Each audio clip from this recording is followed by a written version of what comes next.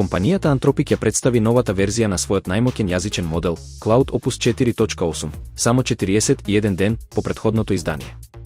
Новиот модел носи значителни подобрувања во програмирањето, анализата и автоматизацијата на сложени задачи.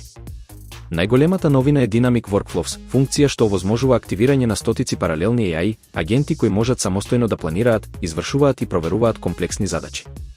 Според Anthropic, системот може да обработува големи кодни бази и да извршува миграции од почеток до крај со минимална човечка интервенција.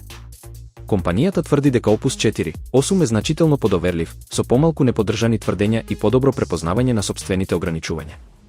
Моделот веќе бележи рекордни резултати во правни и деловни тестирања, а достапен е веднаш преку API и платформата Cloud AI по непроменети цени.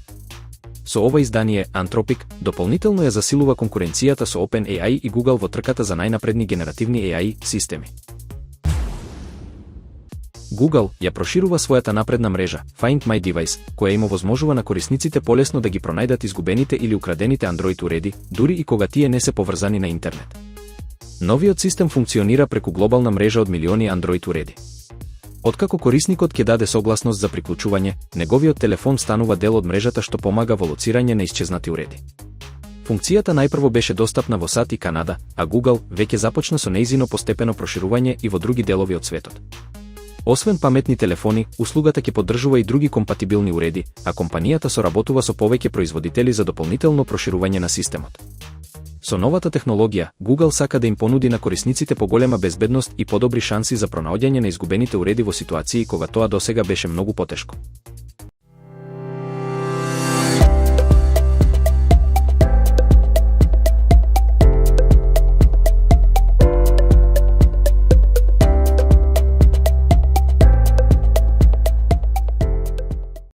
Експерименталниот лек Ивонесцимаб покажа охрабрувачки резултати кај пациенти со напреден рак на белите дробови, според податоци презентирани на годишниот конгрес на Американското здружение за клиничка онкологија во Чикаго. Во студија спроведена во Кина со 532 пациенти, лицата кои примале Ивонесцимаб во комбинација со хемотерапија живееле во просек 27,9 месеци, наспроти 23,7 месеци кај пациентите третирани со стандардната имунотерапија Тевимбра и хемотерапија. Истражувачите наведуваат дека новиот лек го намалил ризикот од смрт за повеќе од 1/3. Ивонесцимаб припаѓа на нова генерација биспецифични антитела кои истовремено делуваат на два механизми поврзани со растот на туморот и имунолошкиот одговор, што се смета за негова главна предност. Експертите резултатите ги оценуваат како многу охрабрувачки, но предупредуваат дека се потребни дополнителни глобални испитувања за да се потврди ефикасноста кај поширока популација. Во меѓувреме, во тек е меѓународна студија што го споредува Ивонесцимаб со широко користената терапија Кейтруда, а првите резултати се очекуваат до крајот на годинава.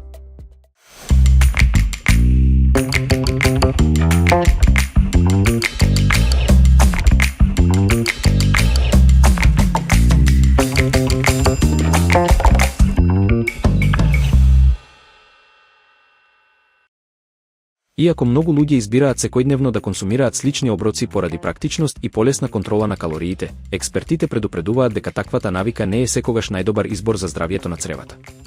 Клиничката нутриционистка Чару Дуа објаснува дека цревата не функционираат како машина, туку како сложен жив екосистем кој има потреба од разновидна исхрана. Според неа, фиксниот план на оброци може да помогне во организацијата на денот, да заштеди време и да овозможи поголема контрола врз исхраната. Но долгорочната монотонија во изборот на храна може да ја намали разновидноста на корисните бактерии во дигестивниот систем. Токму разновидната исхрана, богата со различни видови овошје, зеленчук, житарици, мешунки и други хранливи намирници, придонесува за подобра рамнотежа на цревната микрофлора и подобро дигестивно здравје. Експертите затоа препорачуваат повремено менување на намирниците и внесување нови вкусови во менито, бидејќи разновидноста не е важна само за уживањето во храната, туку и за здравјето на целиот организам.